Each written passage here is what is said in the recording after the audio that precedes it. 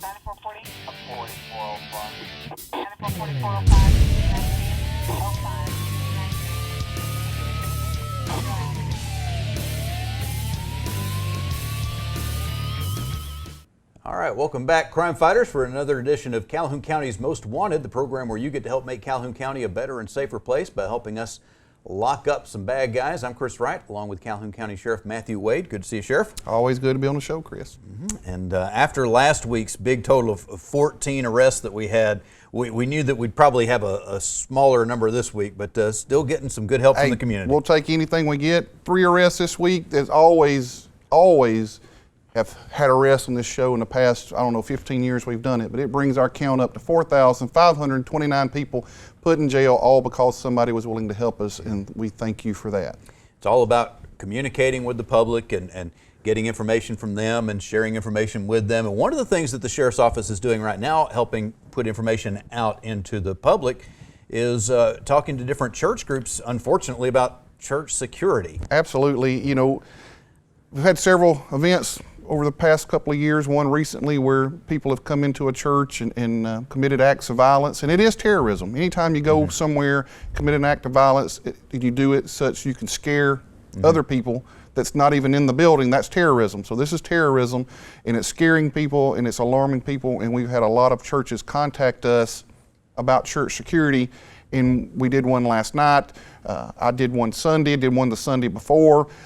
So if you have a church group and you want us to come talk to you about church security and look at your building to give you some ideas what could make you safer, we're willing to do that. We love the opportunity to get in front of people and just try to help and communicate with them. You're not just willing to do it, you want to do it. If somebody's going to be implementing security measures at their church, you'd much rather be involved than not be involved, wouldn't you? Absolutely. You know, the big thing is I don't know if we're experts, but we think about this, we do this a lot, and what we want is for people to feel safe and secure in their county in which they live, their home, their church, where they go shopping, and anything we can do to try to make them more safe is something that we're interested in. It's also good to have that knowledge on your end that this particular church has this security in place. Heaven forbid something actually happens at that church as you're responding.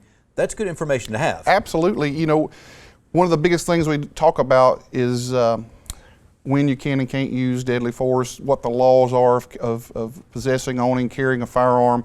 We offer citizens firearms training where we can train you on the laws and actually take you to a range and let you shoot. So our goal is to make sure you're equipped, that you have the knowledge, the training, and you're proficient in what you plan to do. Having a plan is very important when it comes to disasters or emergencies. So just having a plan is probably going to make you more safe and safer in anything you do. So just thinking about it, having some security out there, some warnings, some things in place where somebody does come onto the church property, that you have a first warning type system, and that way we can hopefully it'll never happen here in Calhoun County, but if it does, we want people to be prepared. Yep. All right, so we may get quite a few calls from different churches, so if we do, please be patient in setting up those appointments to get Absolutely. that taken care of, but we do want to assist with that. All right, we're going to take a quick break. When we come back, we'll have the first half of this week's lineup on Calhoun County's Most Wanted. Hi, I'm Nancy Hilton with the Calhoun County Sheriff's Office. In the United States, the #1 reported type fraud in 2019 was imposter scams. U.S. citizens reported losing more than $600 million to bogus callers. The imposters pretended to be calling from the government or a well-known business. They pretended to be a romantic interest or a family member with an emergency. When people lost money, they most frequently reported paying scammers with a gift card. Social Security imposters topped out the list at #1 with over 160 million reports, and an average loss was $1,000. Unsuspecting victims usually were contacted by a phone call. Remember to know who you are talking to, and it's quite okay just to hang the phone up. Check out this video from the Federal Trade Commission. Scam artists are pretending to be IRS officials to get your money. They'll call, email, or text you, claiming you owe back taxes or there's a problem with your tax return. They even rig caller ID to make the call look official. They play on your fears. They threaten to take your driver's license or sue, arrest, or deport you. They want you to pay fast. What's the truth? The truth is the IRS's first contact with you will always be a letter in the mail. It's not a phone call, email, or text message. They won't insist that you pay with a prepaid debit card, a wire transfer, or cashier's check. Now you know. Has an IRS imposter contacted you? Report it at ftc.gov/imposters. All right, let's see if we can find some more people on our most wanted list. We start this week with Tommy Roberts Jr. of Oxford. He is wanted on a failure to appear warrant for criminal mischief, second degree. Lisa Jenkins of Anniston is wanted on a failure to appear warrant for extortion, first degree. Terrence George of Piedmont wanted on a probation violation for possession of a controlled substance and a failure to appear warrant for negotiating with a non-negotiable instrument, passing bad checks. Anthony Tipton of Oxford is wanted on a failure to appear warrant for possession of marijuana, second degree. Anthony Howard of Oxford wanted for failure to pay for theft of property, second degree, unauthorized use of a vehicle, and use and possession of drug paraphernalia. And Douglas Phillips of Anniston wanted on bond revocations for 3 counts of distribution of a controlled substance. Do you have information about these individuals? Please contact Calhoun County Crime Stoppers at 256-238-1414. We want your information, not your name, and you could get a cash reward of up to $1,000. All right, we'll have the second half of this week's lineup here in just a few minutes, but Sheriff, we've got something happening right now that almost never happens. John Holder and I are here at TV 24 at the same time. I'm a little intimidated with all of the professional voices around me, so I don't know how Bill feels. But yeah, I feel the same way. You know. Of course, John and I are the two weather anchors here at TV 24, and usually if you see one, you don't see the other. The last time I think we were on together was the UCP telethon, wasn't it, John? That's exactly right, back in August, yes. And so we're here to talk about UCP again. You and Bill Thrash on the board of UCP, and just an amazing asset that we have in this community, and a lot of people are very familiar with it. A lot of people really don't know what we've got, don't they, Bill? Yeah, I think so. And a couple of our programs are, I call them, one of them invisible. We have our daycare program, which many people are aware of, and it's an integrated program. We have a little better than half of our children in our program are disabled. Mm-hmm. And the others who are normally developing actually help those. We learned that a few years ago. Yeah, my sister-in-law was actually working there until last year. She moved down to the beach and she's living the life now. But she enjoyed being a part of that, and she always felt like it was great having that mixture that both sets of kids really benefited from that interaction. We were totally surprised several years ago when we learned about the integrated programs, how well it does work. If you have a child you're trying to teach to move its arms and legs and it doesn't know what that means, and it sees another child over here moving around, it wants to copy. So it was really remarkable when we changed to the integrated program. Yeah. So that's one of the more visible parts of United Cerebral Palsy here in East Central Alabama. What are some other things that people might not see as much of? Well, we have an adult program that not many people are really tuned into because it's sort of not as big, but it's as important. And we have a family, life skills center that we developed last year that nobody in this area has. It helps teach our adults to make up their beds and wash clothes and do things at home. The most invisible program we have is our early intervention program. Very few people ever see or hear, but early intervention is an at-home program we do. It's funded by the state. We get referrals, and we go into the home and do a program for the children. It's all free service. Besides our service coordinators who do that, if they're in the home and that child needs therapy, if it needs physical therapy, speech therapy, occupational therapy, we have a staff of therapists. We send them there, and it's all a free service. And when we say free, of course, it's free to the family. Free to the family, yeah. We'll talk a little bit later on in the show how this gets funded, Yeah. because it's not free Yeah. for everybody. That's it good has to get paid qualification for. there, yeah. But we find ways to get it paid for, and these families that otherwise wouldn't be able to take advantage of it, they've got access to it. Yeah. We have 171 children in our early intervention program. Wow. And remarkable. We cover 7 counties. And it's so needed. My wife actually just the other day had a conversation with an old friend of hers who has a child that has some development issues, and her friend is saying, I just feel trapped and snowed under. And so Alice is going, and she's set some time aside. She's going to go up there and meet with her and try to help her out some. And it's great when individuals are able to help each other within the community. We should all be doing that when we have the opportunity. Absolutely. Right. But to have professionals that truly know what they're doing, providing these services, and a lot of times people just don't know it's out there. They don't. We've worked with the doctor's offices and other organizations trying to get referrals, and we've done pretty well with that. We have a lot of our doctor's offices who will call now if someone has a child with a problem, and we get right on that. We've got a pretty good system for working with that. But yeah, we still, every day we'll have somebody say, well, I didn't know you was out here. Mm-hmm. And we've moved out to Fort McClellan 4 years ago to a larger facility, thank goodness. But we're still sort of hidden out, I guess. Lots changed, hasn't it, John? Yeah, it has. He's been on the board for about 40 years or so. I've been on the board for over 20 years. And from the old facility we used to have up on McClellan Boulevard by the top of the river, we've about more than doubled our capacity when we moved out to McClellan to the old JSU Child Development Center. It is, one of the things that's also a misconception is people think cerebral palsy, and that's the name of the center and that's the name of the organization. But we serve, and I call it minister, 200 different developmental delays. There are 200, I think it's 212 different developmental, be it physical or mental delays or development that we serve, that we can treat and we can help folks. So it's a lot more than just cerebral palsy. So that's another encouragement I think to folks out there is literally any kind of developmental delay, whether it be physical or mental, we typically can treat that and help those folks out at the UCP Center.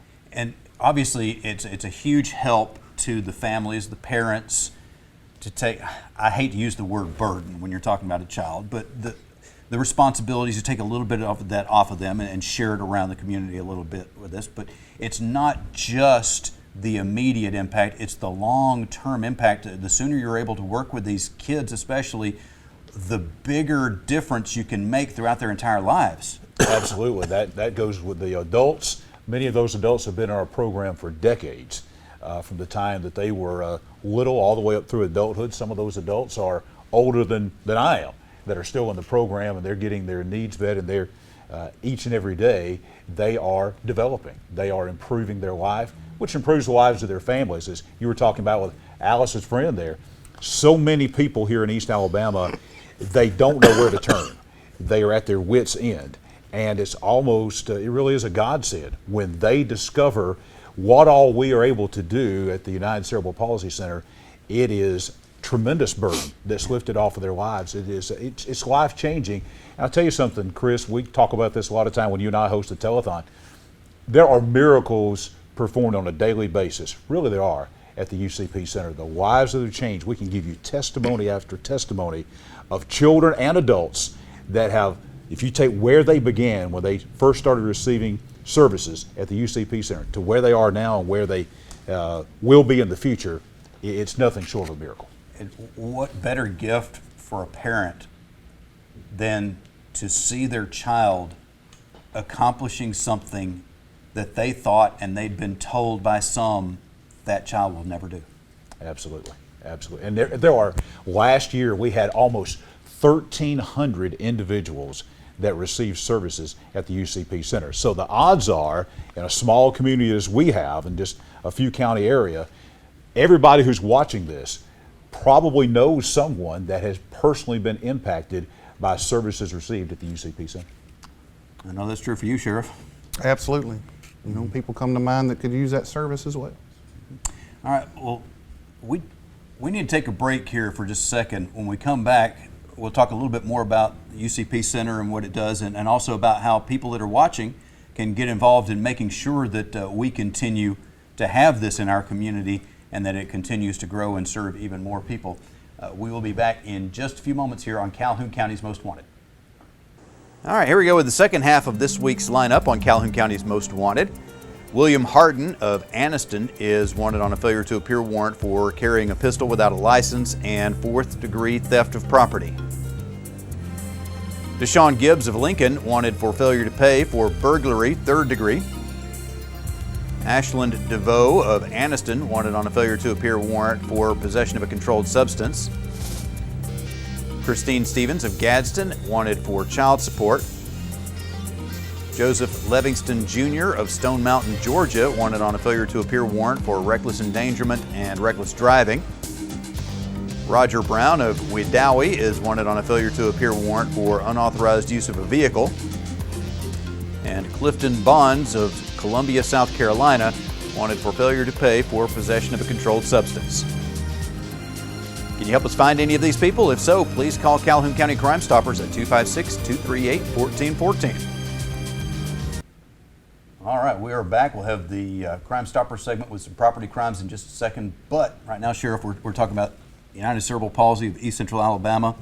And Bill and John are telling us about it. One of the things I love, guys, I'm going to say this, you wouldn't say it, but I'm going to say it.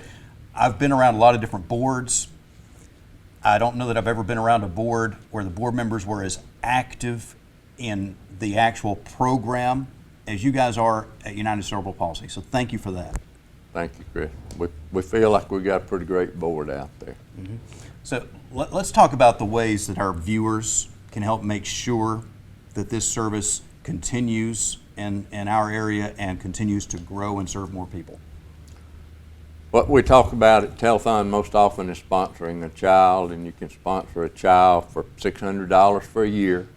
We can take those funds and get some matching back from some different places. It costs a lot more than $600 a year, but that $600 allows you to get the matching funds to get where you need to be. It does, and you can pay that credit card, you can pay that by the month, you can pay it however, and that's one of our best ways. And then we'll have our fundraisers.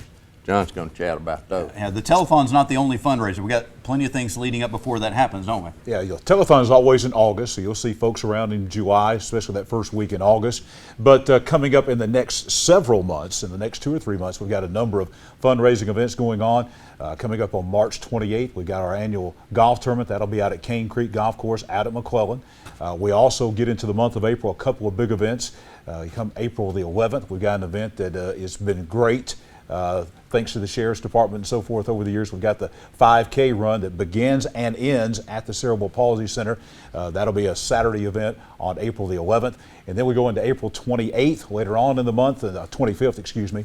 And we have the 50s and 60s oldies party that'll be at the Oxford Civic Center. That includes a free, well not free, but that includes a meal as part of your cost of admission and some great 50s and 60s music. And then May the 1st, we have the ERA King Real Estate has been so gracious through the years to do another big golf tournament at the Anniston Country Club, and that has been a tremendous fundraising event over the years as well. So really in the next 3 months or so, we've got a number of fundraising events that folks can be a part of. Best way to do though is if you want to contribute, be a part of helping out the UCP Center, call us 237-8203.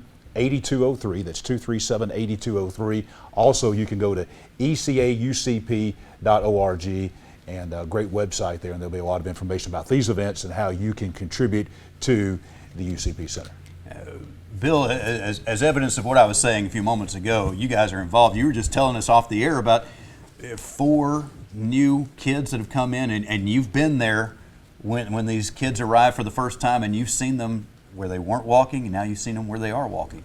Yeah, they came in our daycare program in the nursery at 6 months, and then have come through our program. They're all 3, age 3, and during the last month, 4 of them just left there walking, started walking on their own, and it's exciting to watch it, but what's really exciting is to watch those parents when they come that first day and see that child just take off and put their hands up and walk to them. And just them seeing that, witnessing that makes such a difference there when you see that first piece of success. Because these parents have been struggling. Oh, they've been struggling to make things happen. They've been wondering why things aren't happening, and then they see that success and the attitude changes. They get more energy, more belief in themselves and their child, And so many good things happen at that point. Yeah, no question. And I always say that our ministry is to the parents first, because the child doesn't know it's disabled. Parents do first. And if we minister to them and help them see what's available. Gentlemen, keep up the good work. Thank you. Thank y'all for having on. us. Thank you Appreciate for it. what you two men do to help this community, but also specifically the UCP Center and what you've done, how you've given of your talents and abilities through the years to us. Thank you. Thank you. All right, we're going to take a break. When we come back, we're going to talk about some property crimes that hopefully you can help us solve. And we'll also have our crazy criminal of the week on Calhoun County's Most Wanted. All right, let's see if you can help us with some recent property crimes in the area. Between January 20th and 27th, a white 2007 Kawasaki Prairie four-wheeler was stolen from a residence on Benefield Gap Road in Piedmont. Between January 27th and February 1st, a home was illegally entered on Riches Lane in Jacksonville. Miscellaneous hand tools and power tools, family pictures, and assorted military awards were taken. On January 31st, a local resident reported that 2 vehicles were broken into overnight at a location on Yuma Court in Anniston. A Bursa handgun, a purse with a wallet and personal identification, and other contents were taken.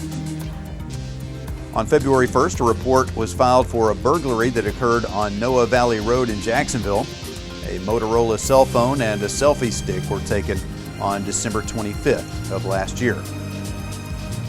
Between January 27th and February 1st, unknown persons entered multiple storage buildings located on Highway 431 North in Alexandria. Truck tires and wheels, Beanie Baby collection, and more items were stolen. Do you have information about these cases or any other crimes in Calhoun County? If so, please call Calhoun County Crime Stoppers at 256-238-1414. Stupid! You're so stupid! Now, Sheriff, when you see somebody that's obviously driving drunk and you pull them over, obviously you're trying to protect the general public, but you're also trying to protect that individual from themselves. Absolutely. We want to protect them and everybody else. Sometimes they don't want to accept your protection. No, that's true. This week we've got an individual who was getting pulled over as a drunk driver, and he decided, nope, not going to happen. He takes off and ends up crashing into another car, which is also being driven by a drunk driver. Yeah, well, that's funny. That's, so who's at fault of that? Both of them? I guess both of them. Yeah. Both of them go to jail for being drunk. If somebody got hurt, you can go to jail for that. 2 birds with 1 stone, I guess. Somebody gets killed, you go to jail for murder. So, it's not a, not a good thing. Lights are flashing. Pull over, do what they say. Absolutely. All right, that's all the time we've got for this week. We'll be looking for you again next week, but hopefully not in the lineup on Calhoun County's Most Wanted.